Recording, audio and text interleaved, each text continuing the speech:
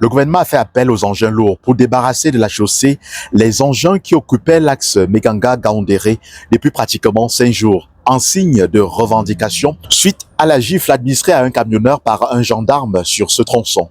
Un alibi de plus qui est venu s'ajouter à la kyrielle de revendications formulées par les camionneurs depuis plusieurs mois. Ces derniers revendiquent la suspension de multiples postes de contrôle observés sur cet axe qui est à l'origine de beaucoup de manques à gagner chez ces transporteurs par camion. Que pensez-vous de la mesure prise par le gouvernement pour dissuader ces conducteurs d'engins lourds? Nous posons la question à l'homme de la rue. C'est dans ce micro-trottoir. Pour être honnête, je n'ai pas qualité pour juger les actions du gouvernement, mais je pense que en toute chose, la prévention est l'une des meilleures choses à faire dans toute situation. Donc on peut déplorer le fait qu'on attende que ça arrive pour prendre des mesures cosmétiques prétendument préventives. Et ça peut être dommage vraiment.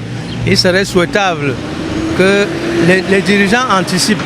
Et il est de notoriété publique, nous savons tous que la corruption gangrène la plupart des secteurs de notre pays. Et c'est vraiment dommage qu'on en arrive à des situations conflictuelles, des situations qui mettent en opposition l'État et ses gouvernés, dont l'État contre l'État, je veux dire ainsi, parlons ainsi de façon triviale. Mais il serait vraiment souhaitable que notre gouvernement prenne toujours des mesures préventives. Parce que somme toute, le gouvernement travaille pour les populations et les populations devraient suivre les orientations du gouvernement. Forcément, il y a une récupération politique dans un contexte post-électoral qui est gangréné par tout ce que nous savons. Je ne jouons pas les hypocrites. Nous savons bien que la crise post-électorale a laissé des séquelles et forcément laissera encore des séquelles. Tout ce qu'il faudrait faire, c'est de trouver un moyen d'apaisement pour apaiser tous les protagonistes. Oui, il faudrait que le gouvernement trouve cette formule idoine. Peut-être, pourquoi pas, libérer ceux qui ont été arbitrairement arrêtés. Mais je ne veux pas dire qu'il faudrait libérer ceux qui sont coupables des fautes réprimandables, non? Il faudrait pouvoir faire la part des choses parce qu'on a l'impression quand même qu'il y a beaucoup d'amalgame dans ce qui est en train de se passer devant nous. Nous sommes tous Camerounais et nous devons tous vivre au Cameroun. Et nous devons faire effectivement confiance aussi au gouvernement. Et le gouvernement doit nous présenter des éléments qui sont susceptibles de nous prouver qu'il est de bonne foi dans tout ce qu'il fait. Mais on peut avoir l'impression parfois que certaines sorties sont un peu ostentatoires et arrogantes. Bon, on a l'impression quand même qu'il y a un peu trop de postes de contrôle au Cameroun. Et ce n'est pas toujours à l'effet de rechercher les coupables. En vérité, on a l'impression que c'est pour enrichir des individus. Et on a vu les sorties de 2 membres du gouvernement qui ont été un peu, je veux dire, à résonance variable. Le gouvernement avait le dos au mur. Il fallait rapidement trouver une solution, même par la force, mais c'est dû à la corruption. Tout simplement, c'est la corruption tous les secteurs de la République. C'est la corruption. Au lieu, actuellement, il faut aller plus loin. Il faut régler le problème de la corruption sur tous les plans de la République. Il n'y a pas autre chose à faire. Mais il fallait trouver une solution pour faire à ce que les gens circulent. C'est tout. Mais tout est politique. Pourquoi on parle de la récupération? Tout est politique. Ceux qui sont aux affaires, c'est à eux de gérer et trouver les solutions. D'entrée de jeu, on ne peut pas dire que l'État a bien fait. Là, les camionneurs posent un problème qui est légitime et fondé.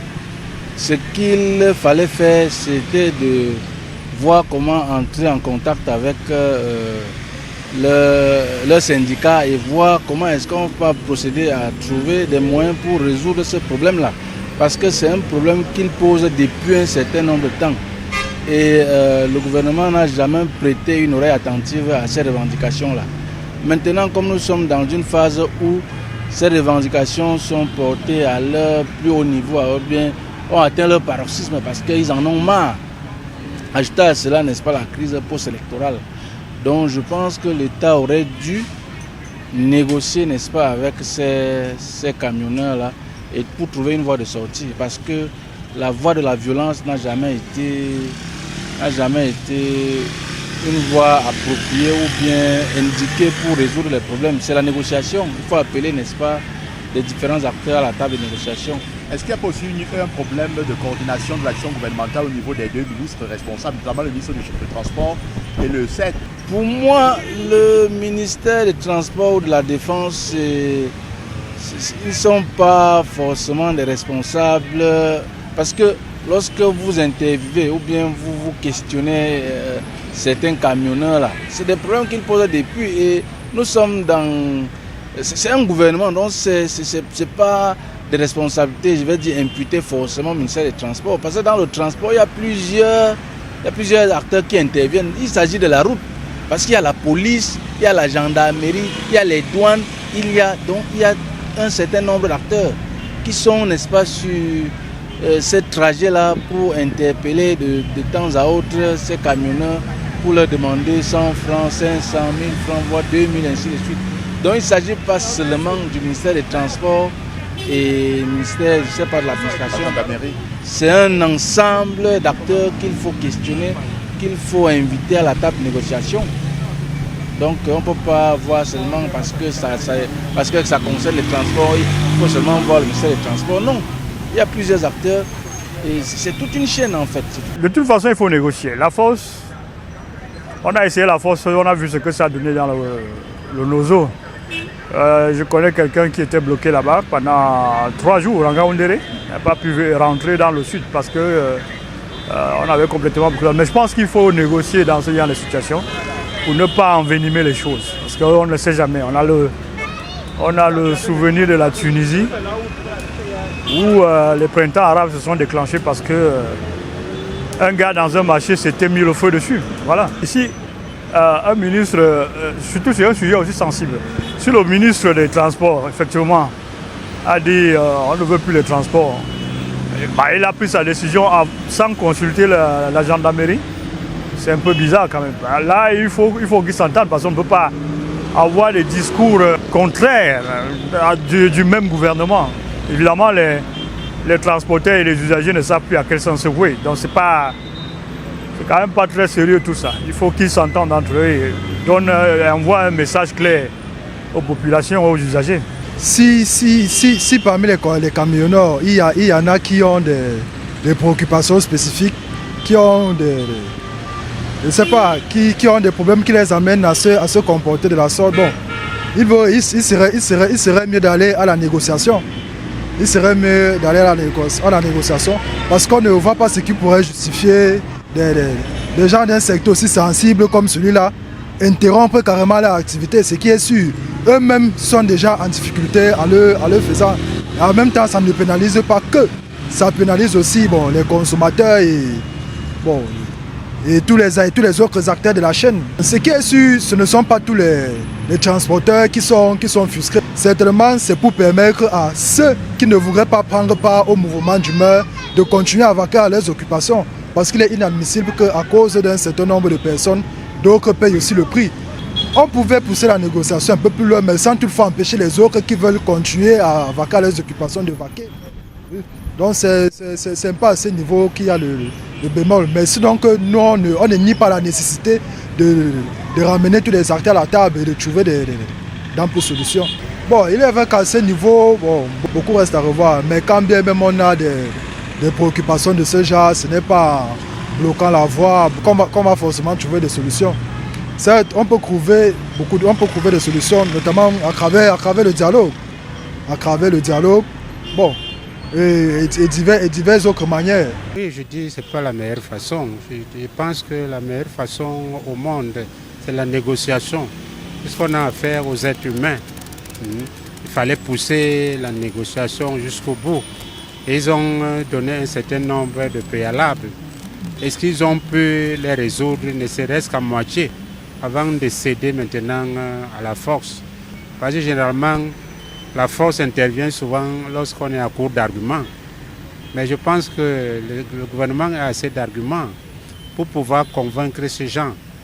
Et je dis surtout en commençant à résoudre un certain nombre de problèmes qu'ils posent, qui sont réels et objectifs. Je pense que la solution devait commencer par là. Est-ce que les conditions qu'ils posent ne sont pas objectives? Alors si elles sont objectives, commencez à résoudre ces problèmes, à satisfaire à ces conditions avant de penser qu'ils sont extrémistes. Et j'ai comme l'impression que là, c'est peut-être le gouvernement qui veut être un peu extrémiste. Vous savez, le plus grand malheur du Cameroun, c'est qu'on ramène tout à la politique. Vous voyez, le football, on l'a ramené à la politique. Les revendications légitimes. Un gendarme qui gifle un père de famille responsable, qui a fait une longue distance, c'est révoltant. Alors, lorsque quelqu'un est victime d'une frustration, s'il réagit, il ne faut pas ramener ça tout de suite à la politique. Parce que ramener tout à la politique, ça veut dire qu'on ne veut pas résoudre les problèmes réels des Camerounais. Et moi, je ne pense pas que c'est un problème politique. On a giflé un père de famille qui était fatigué, qui a fait une longue distance, et il avait le droit de réagir. Et maintenant, s'il réagit et avec ses enfants, et nous tous, nous savons ce que c'est que les contrôles intempestifs dans ces axes-là. S'ils demandent qu'on les réduise, c'est tout à fait normal, il n'y a rien de politique dedans. Au regard de ces 5 jours de mouvement d'humeur des transporteurs par camion, on s'interroge sur la mesure du ministre des Transports qui, quelques semaines avant, avait rendu public un communiqué annonçant la suspension des contrôles sur ces différents axes routiers. Son homologue du secrétariat d'État en charge de la gendarmerie avait lui annoncé que ces éléments resteraient justement sur ces différents axes, ce qui posait véritablement un problème de coordination de l'action gouvernementale. De toute façon, attendons de voir quelles sont les mesures qui seront prises dans les prochains jours. Mesdames, Messieurs, c'est ici que prend fin cet autre micro-trottoir réalisé dans les rues de la capitale politique du Cameroun. Je suis Thierry Katé, journaliste reporter d'images pour le compte d'Echo 237. Merci de liker, de commenter, de partager. Surtout, n'oubliez pas de vous abonner sur Echo 237, la chaîne de valeur.